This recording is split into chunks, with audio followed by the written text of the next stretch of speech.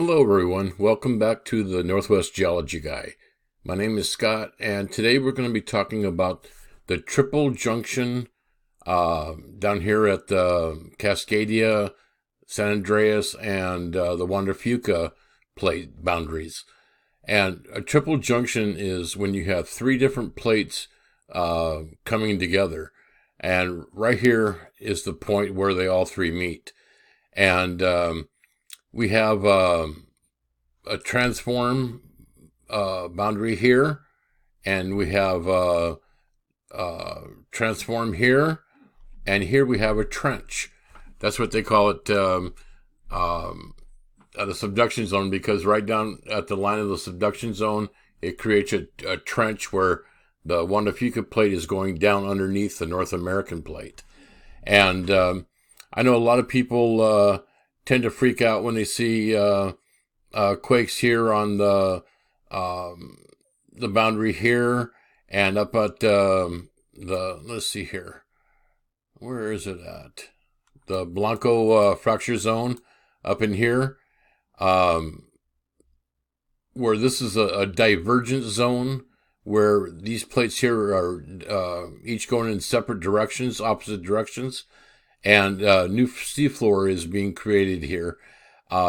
This area in here, the backside of the plate, doesn't have really anything to do with the subduction zone. The seafloor is spreading to the northeast and to the southwest, and if anything, it puts minor pressure against the subduction zone, but not anything to really worry about. And I know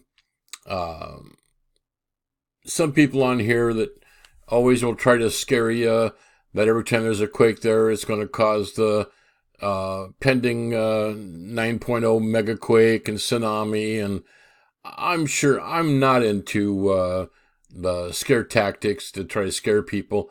I'm here to try to teach you guys. When you're informed and prepared, coming disasters are a lot less of an impact on your life than if you're constantly scared something's going to happen, and you want to move and get out of the area. Well, the West Coast is a pretty beautiful place to live, but you have to weigh the risk with the pleasures of living here. If you don't think it's that beautiful and there's just too much of a risk, well, then consider moving. But I will never try to scare you guys just to get clicks and likes and subscriptions. That stuff is secondary. What's most important to me is to teach you guys and become more knowledgeable about the areas that you live in and different parts of the world. Because, not all you guys live on the West Coast. Some of you guys are Midwest, and, you guys got cool stuff there to learn about. Not only do you have geology in the Midwest, you have weather-related things, Tornado Alley. But once you become more informed, things aren't quite as scary, and sometimes they're a little more scary. Like right now, I've been going down to Ocean Shores and mainly Westport down here since I was just a baby. And I've been there many, many, many times. But now I'm a little leery to go down there and spend the night knowing that it's 23 miles back into Aberdeen to get up into higher ground above Aberdeen.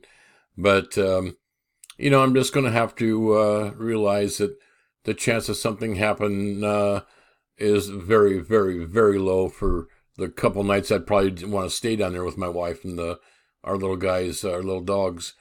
But, there's just no reason to scare people about things like that. But, the triple junction, getting back to that, is kind of unique because you have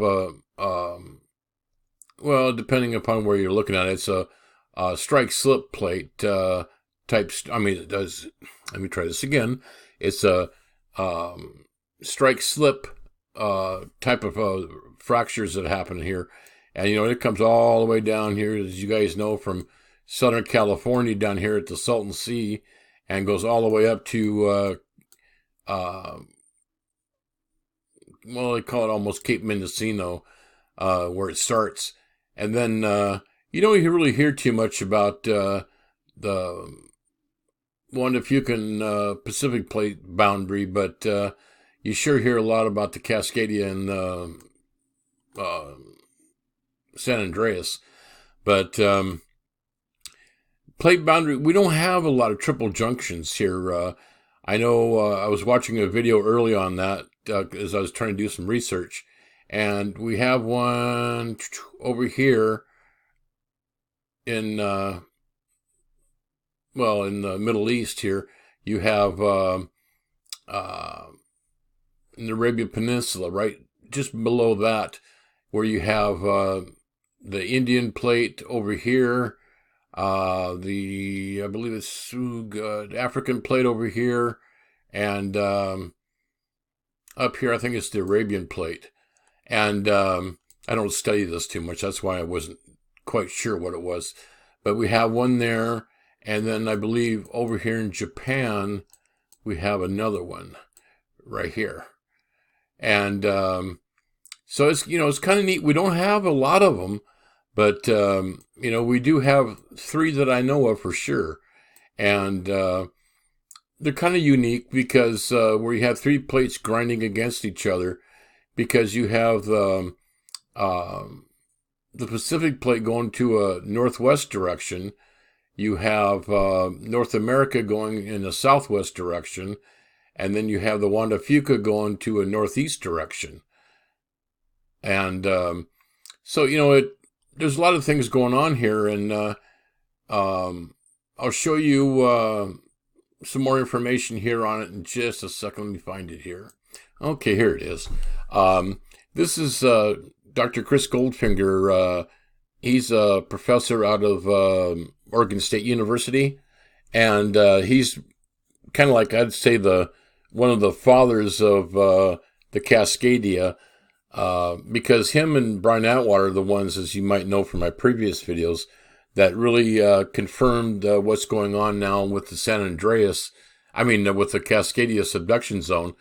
Before, they thought it was just, so quiet that it was, the Wanda-Fukin was slowly and easily going under, subducting underneath North America, because there's like no earthquakes. They call it this.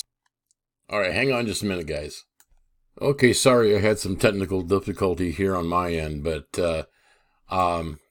just in closing here, I'd just like to tell you guys that if you have any questions, please feel free to leave me in the comments. If you guys are new, I hope you'd consider subscribing and hitting the icon bell to get further notifications on new videos coming out. Don't forget to hit the like button.